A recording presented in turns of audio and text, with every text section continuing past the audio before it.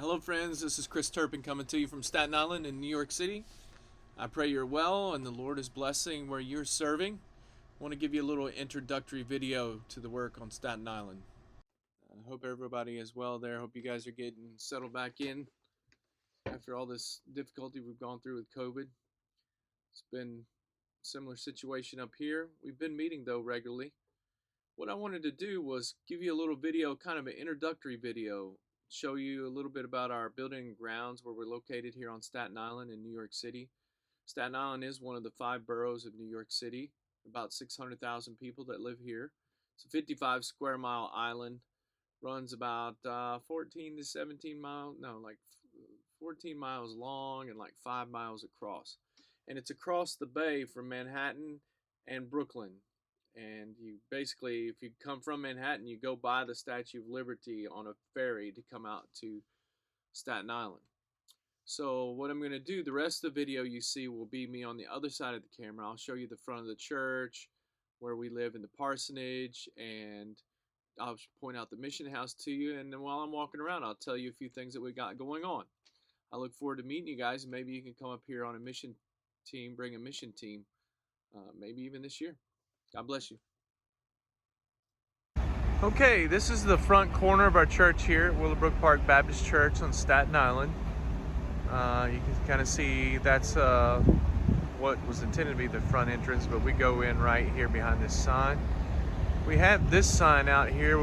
Me and my lawyer neighbor, who's not yet a Christian, I've been witnessing to him, helped me build this sign. We built one before it that said hope, and it's lit up at night. It's got a cross up there that's lit up. And there are hundreds of thousands of people that drive down this street every day. This is right on Richmond Avenue, and it's pretty busy. It's like, you know, the main street in Somerset, what is that, 127? Kind of like that, but more traffic maybe, I think, because there's a lot more people that live here. Anyway, we own down there, you can see down to that bush line right there and going back. And there's not really anything behind there. The church was meant to be built in 2 phases. We just had the first phase. This church building was built in 1969. This church is a product of 2 churches coming together.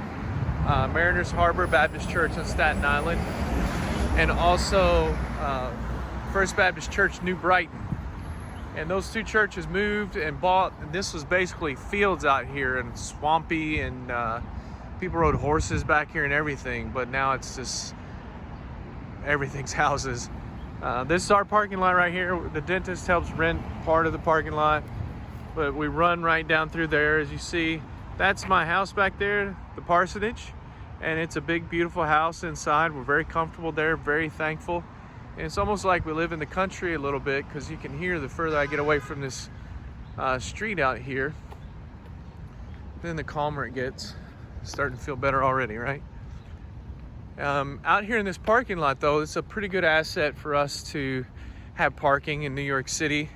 And really, we own behind that house, the parsonage. There's a backyard back there, and we go back along this line back to that house there, and behind this gray house, we own this gray house as well. That's our missions house, and we have a storage building back there, and run up that property line right there. And then we're coming to the back of the church. One of the things that we're getting ready to do here in this parking lot, I coach flag football out here sometimes. My son John, and people from the community can come in here that live around this neighborhood. And when we have mission teams, it's a good, safe place to park, and people stay in the mission house. We can house up to 16 people in the mission house at a time. That's a Ruth Wood Memorial House for Missions. We still need work done in that house. And we need quite a bit of work done on the building and in the building. We're getting ready to install another basketball goal or 2 out here, and at times there'll be as many as 20 kids playing different games out here on the property, which we love. When I first came here, they had signs up here, no trespassing, no playing ball, all that stuff. We took that down and want people to feel like this is a place in their community that they can come to. And so we have playing out in this parking lot sometimes a lot of people that don't know Jesus. You know, a lot of the people who come play basketball are Muslims, Hindus, And this, just to kind of give you an idea in our neighborhood, there's a whole lot of Italians on Staten Island. So this is an Italian family back here. And then as you go down there, there's a Muslim family. The woman wears a complete burqa type thing. And then the next guy, I'm not sure where he's from. Another Italian family here, and I have Italian neighbors there. But then as you come to start looking at the new houses in our community, like here, to see how they're all new houses, they are owned by Chinese, and a lot of Chinese are coming in buying houses from Brooklyn. This is where my lawyer and neighbor friend lives here. He's a good guy, helps me out with a lot of things. I'll show you a couple things in the building. I don't want to take too much time necessarily showing you around, but I want to kind of talk about what's happened during COVID. We've had a lot of people who've showed up who didn't normally come here. And we do, require face masks, and we keep social distance in here. And this is not the normal entryway for people. But I'm going to take you first to show you the sanctuary. So this right back here, we have every other pew roped off. And, just a simple rope thing. And we're sitting every other pew. We were skipping 2 pews before. We've got a balcony up there as well.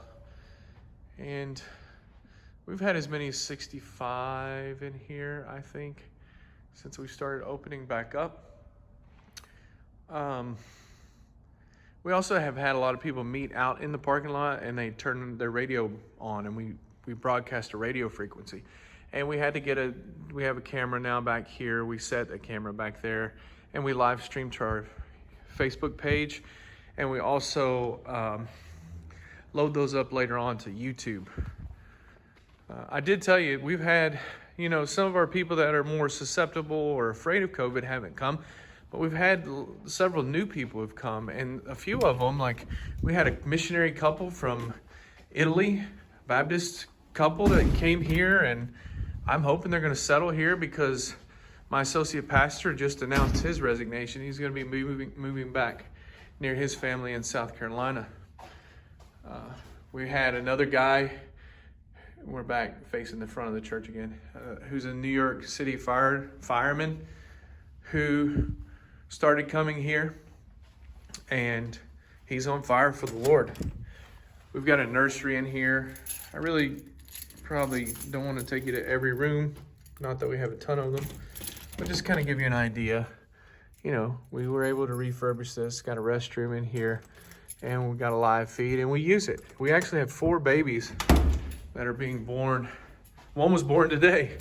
One of my Greek friends, who's another guy who was converted and just ended up coming here, has settled in. He's a guy who helps a lot with our music work. We needed somebody for the sound system. We were praying for somebody, and Billy, who showed up, was a professional music engineer and had produced some music, and he now runs our sound. And we needed help with videography. Another guy had showed up a couple years later named Mario. This is like a kids room. It could be 1 or 3. And this is where we could have an additional church going on. We've been in talks with a Chinese church plan about having a Chinese church here. And we have had a Russian Bible study. There needs to be a Russian church and a Chinese church and a Spanish church. And we hope a Messianic congregation, although that would be the toughest one. But Mario, who came here, he's one of our Sunday school teachers, and he does the videography. He's a professional photographer, also works for AT&T, and goes to Cedarville University right now and getting an MBA. So we have some really cool people. That was just a regular Sunday school class. And then we have like a children's class here, which we've kind of refurbished it as well. It was in storage basically, but we've been using it. It's got a restroom around the corner there. And then our church offices are in here. And my office is through that door over there. And then we have basically one more big space. This is where we kind of have fellowship meals and stuff. I want to refurbish this room. We need a new floor in here, and we need to paint and do blinds and stuff. I'd like to get some of that luxury vinyl tile stuff that looks nice, looks like tile. We have a kitchen right over there. And we're meeting in here for discipleship groups now. We have Sunday school class that's meeting in here. This will show you out here. This is the middle of the church. They planned on building a second phase. You know, that's the sanctuary there. They planned on building in here the sanctuary, but they never got to it. And then with our building issues, and it's built on the ground, we just started talking about the next building phase. We've got water issues here, as you can see, drainage problems.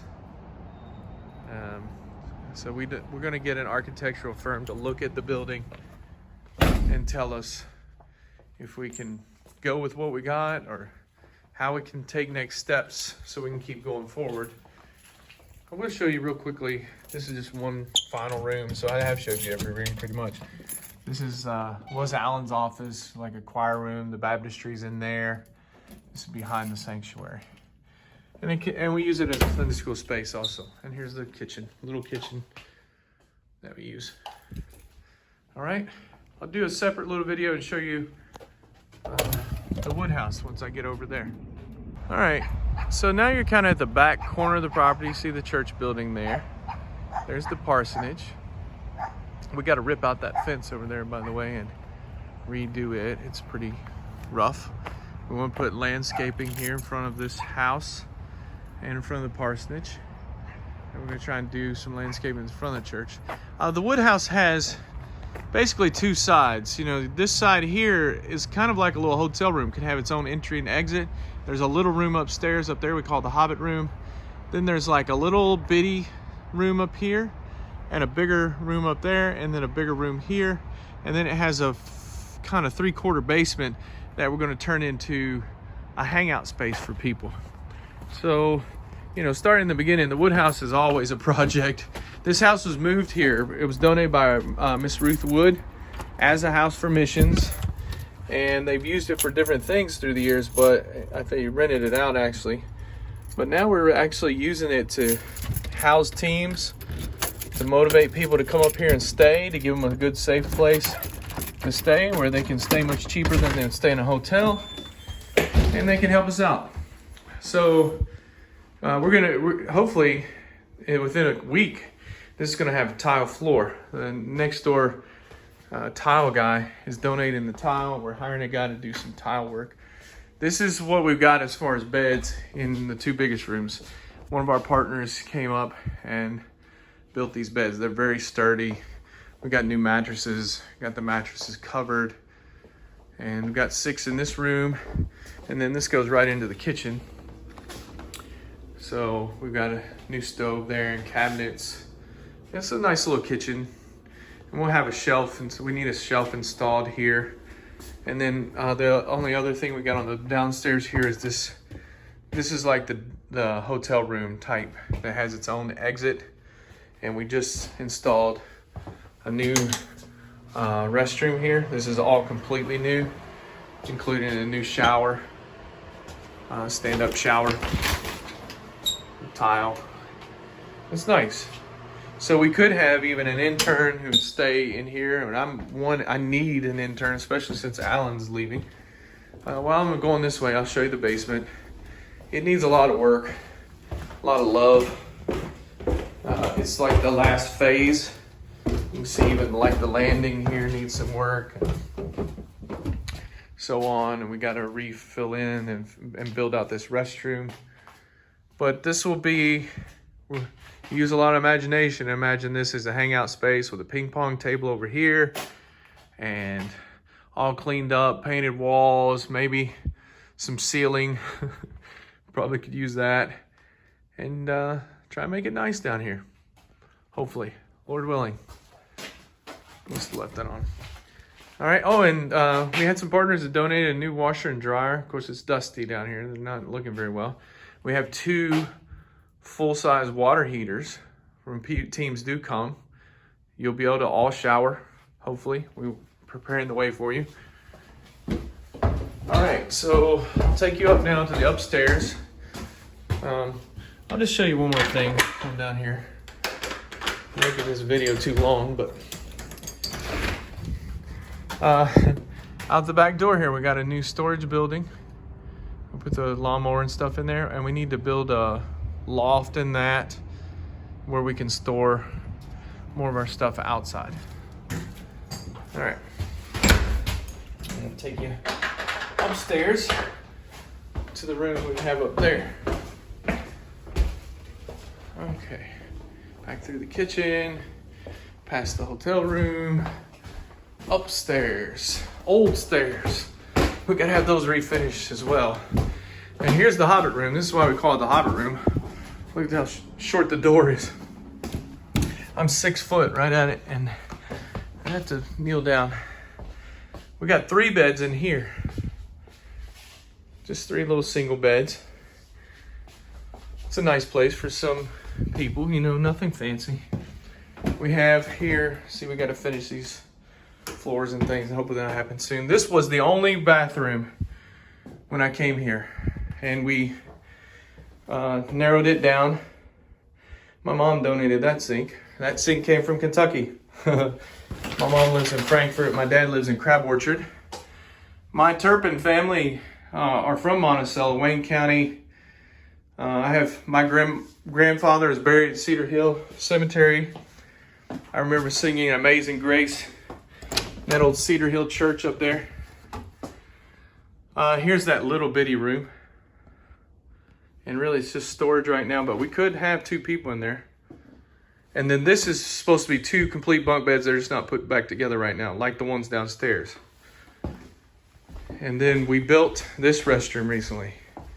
We had one of our members donated $50,000 to help build these restrooms and things. People believe in partnering with missions on both ends. We want to get the teams up here and get people to see New York City and help us come up here and help us. And so we were able to build that restroom out because of his donation and some others. And we're just trying to make all things excellent for the glory of God as we go. We need to reach Staten Island for Jesus. Staten Islanders, they're only like a 3% to 5% evangelical, believing that the Bible is the Word of God. So out of 600,000 people, you're really only talking about 30,000 Christians. So you're talking about 570,000 people here that need Jesus. It's a mission field because there are people from every tribe and tongue and nation in New York City in general. 800 different languages spoken in the public schools. At least they speak those languages in their homes, at their dinner tables and so on. And that's why we're here. Somebody said, we didn't go to the nations, so God sent the nations to us.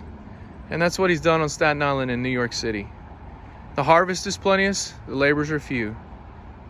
We're praying you'll come help us in the harvest. May the Lord bless you and keep you. And may He burden your heart for the nations here in New York City.